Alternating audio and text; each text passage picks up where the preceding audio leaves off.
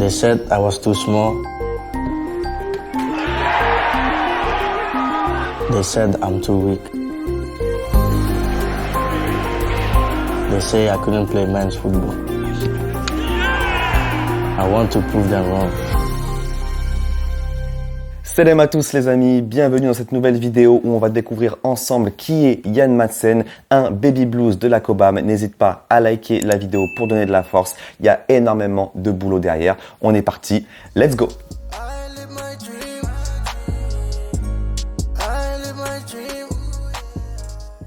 Né le 10 mars 2002, Ian Madsen a toujours dû se battre pour gravir les échelons dans le football. Il a fait preuve d'une force de caractère remarquable et d'une grande passion pour le jeu pour arriver là où il en est aujourd'hui.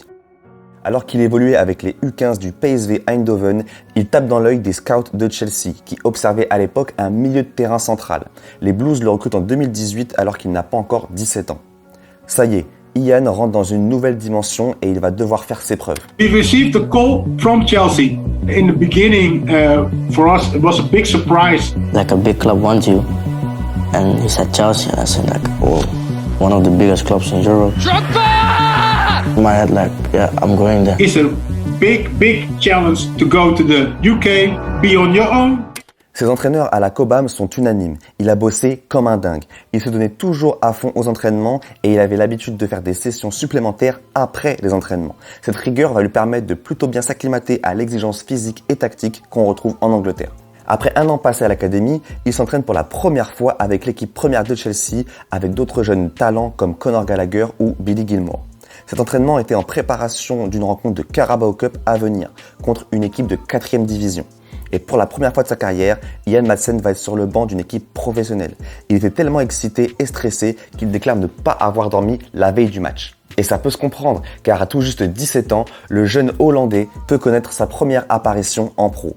Ce jour-là, le coach de l'époque, Frank Lampard, a formé un groupe match composé de 10 joueurs provenant de l'académie. Chelsea va largement dominer ce match et mener 1-0, puis 2-0, puis 3-0. Le moment parfait pour Frank Lampard pour lancer les jeunes pépites de la Cobham.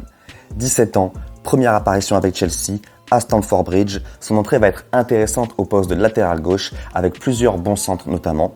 Il n'aura pas d'assist ou de but dans ce match, mais peu importe, Ian Madsen continue son ascension. L'année suivante, en 2020, Chelsea estime que Madsen a le niveau pour passer à la prochaine phase de son développement, à savoir évoluer toute une saison en prêt en 3e division anglaise du côté de Charlton. Chelsea et Charlton entretiennent de bonnes relations et ce n'est pas la première fois que les Blues envoient un jeune poursuivre sa progression chez eux. Ce fut une expérience très positive pour Madsen qui va disputer 34 matchs cette saison-là au niveau professionnel, où il va inscrire même son premier but en pro et délivrer 3 assists. Mais au-delà des stats, c'est l'exigence du haut niveau et la pression du résultat qui va aider le jeune joueur à vraiment grandir.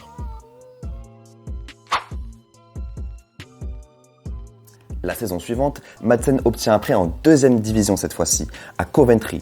Là-bas, il va confirmer. Il va disputer 42 matchs, tant qu'elle était 2022, quand Chelsea va se séparer de Marcos Alonso et de Emerson Palmieri, 2 joueurs évoluant à son poste. Il est légitime de se poser la question, est-ce que ça va être l'opportunité enfin pour Madsen d'intégrer l'effectif pro ? Il va même faire la préparation avec l'équipe A, mais finalement Chelsea va recruter Marc Cucurella et Madsen obtiendra un nouveau prêt du côté de Burnley. Leur nouveau coach Vincent Kompany cherchait un latéral gauche offensif et explosif, il l'a trouvé. Et ça va matcher dès le début, avec un mois d'août impressionnant, 6 matchs, 1 but, 1 passe, 1 man of the match et une note moyenne par match de 7,4. Vincent Kompany est fan et va utiliser le jeune néerlandais comme un véritable titulaire indiscutable cette saison. 40 matchs, 4 buts, 6 passes décisives. Cette saison, Madsen a été l'un des meilleurs joueurs d'une équipe qui a largement dominé et remporté la Championship. Il a manqué un peu de régularité, surtout défensivement, mais dans ses meilleurs matchs, il a montré une vraie faculté à devenir un très bon latéral gauche moderne et offensif. La progression continue, comme en témoigne l'évolution statistique sur les 2 dernières saisons. On peut voir en vert toutes les stats qui ont progressé par rapport aux stats en rouge et en blanc les stats qui sont à peu près similaires. On remarque une grosse progression avec le ballon car en touchant 20 ballons de plus, il en perd moins. Il a créé plus d'occasions nettes et a gagné en précision dans ses passes et dans ses centres. À savoir qu'à partir de 20%, on peut considérer qu'un joueur est un bon centreur. Au-delà de 25%, c'est même excellent. Donc 27% comme on peut le voir ici, c'est une très belle perf. Ensuite, on peut voir qu'il est plus efficace dans ses dribbles et qu'il a progressé défensivement car il fait moins de fautes. Enfin, quel est véritablement le profil, le plafond et mon avis sur Ian Maatsen? Son profil d'abord. La comparaison avec Alexander-Arnold est légitime. C'est un latéral gauche moderne qui participe beaucoup aux offensives de son équipe avec un jeu de passe principalement orienté vers l'avant et qui possède une grosse activité sur tout le flanc gauche du terrain. Il peut se servir de son mauvais pied mais n'est pas ambidextre. Défensivement, il a du mal d'emplacement et se fait souvent avoir dans le dos malgré une pointe de vitesse intéressante. De plus, il n'est pas très dominant dans les duels, qu'il soit au sol ou aérien. En même temps, il ne fait qu'1m67. Offensivement, c'est là où résident les forces de Maatsen. Sa plus grande qualité pour moi est indéniable, c'est un excellent centreur. En l'air ou à ras de terre, il trouve souvent les zones dangereuses hors de portée du gardien. Son pied gauche lui permet aussi de bien tirer les coups de pied arrêtés, plutôt adroit sur les corners et coups francs directs. C'est également un bon dribbleur. De façon générale, il est assez à l'aise avec le ballon. Je dirais que son plafond, c'est Jordi Alba. Je trouve beaucoup de similitudes entre les deux joueurs et si le jeune Maatsen peut atteindre le niveau qu'a eu l'Espagnol lors de son prime, ce serait fou. Enfin, mon avis final sur le joueur. Aujourd'hui âgé de 21 ans, Ian Maatsen, international espoir des Pays-Bas, fait partie des très bons latéraux qu'a sorti la Cobham dernièrement, comme Reece James, Tino Livramento ou encore Tariq Lamptey. Je l'apprécie car il progresse d'année en année et tu sens vraiment chez lui une grande détermination. Cependant, je trouve que la hype autour de lui est un peu trop grande par rapport à son niveau réel. Il est bon, mais ses égarements défensifs et son manque d'impact dans les duels peut vraiment être préjudiciable. Je reste donc très prudent par rapport au niveau qu'il peut afficher en première ligue au poste de latéral gauche. Pour moi, c'est un piston par excellence. Car avec un central supplémentaire derrière lui pour couvrir ses montées et apporter du muscle, il serait davantage libre d'évoluer dans le dernier tiers et apporter sa qualité technique et de centre. Donc dans un système à 3, aucun doute qu'il puisse apporter au plus haut niveau. Dans un système à 4, j'attends de voir. On a pu le voir 2 fois cette saison en coupe contre Manchester City et United.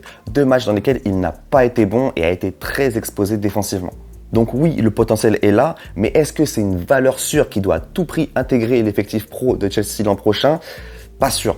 Peut-être aura-t-il besoin d'une saison supplémentaire en prêt en Première Ligue avec Burnley pour confirmer qu'il peut jouer dans son club formateur Chelsea. Dites-moi en commentaire ce que vous pensez de ce joueur et s'il est temps pour lui de rejoindre l'équipe première de Chelsea l'an prochain. N'oubliez pas de liker la vidéo car il y a énormément de travail derrière et ça me permet de savoir si vous kiffez ce concept de vidéo. Voilà, je vous dis à une prochaine sur la chaîne Football is Blue. Ciao.